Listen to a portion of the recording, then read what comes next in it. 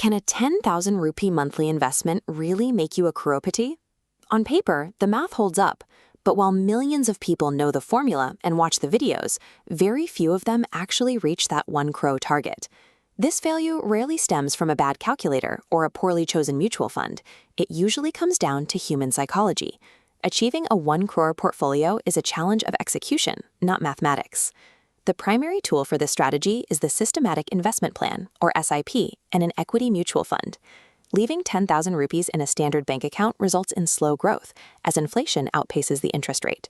An SIP functions as a rescue vehicle, automatically moving idle cash into the market to work every single month. This setup provides a simple, automated engine for disciplined wealth building. This chart shows the engine in motion, starting with our baseline, a steady 10,000 rupee input month after month. With a historical average mutual fund return of roughly 12% annually, the trajectory pulls upward, separating from the capital you've contributed. Reaching the 1 crore mark requires this curve to run for 20 to 22 years. Notice the gap between the money invested and the final balance. By this stage, returns are generating returns. The money is doing the work for you. Warren Buffett's success illustrates a simple truth.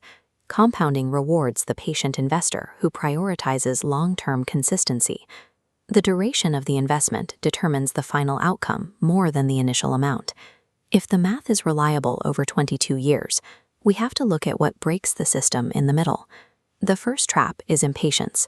Expecting fast wealth causes many to abandon a strategy that requires 2 decades to mature. Panic follows. When the market dips, the instinct is to stop the SIP, which locks in current losses. Third is a lack of discipline. It is easy to skip a month's investment to cover an unnecessary lifestyle expense. Fourth is distraction. Investors often derail their plans by chasing whatever financial trend is currently dominating social media. The fifth trap is procrastination. Pushing the start date to next month quietly erases years of compounding growth. Most investors lose their potential wealth to these emotional triggers, not to market movements. You can upgrade the basic model by implementing a step-up SIP. This chart shows the mechanism. You commit to increasing your SIP by 10% each year as your income grows, moving from 10,000 to 11,000, then 12.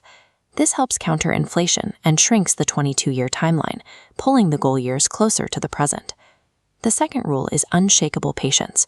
You must commit to a 15 to 20-year horizon and avoid touching the principal. The third rule is reframing market crashes. A dip is a sale that allows your SIP to buy more fund units at a lower price. These 3 rules build a resilient strategy that turns market volatility into a growth opportunity. For a final reality check, share markets carry risk, returns will fluctuate, and mutual funds offer no fixed guarantees. However, historical data shows that financial success goes to those who invest the longest, regardless of their starting salary. If you are in your 20s or 30s, your biggest advantage is not your bank balance. Your greatest financial asset is your time. Put it to work today.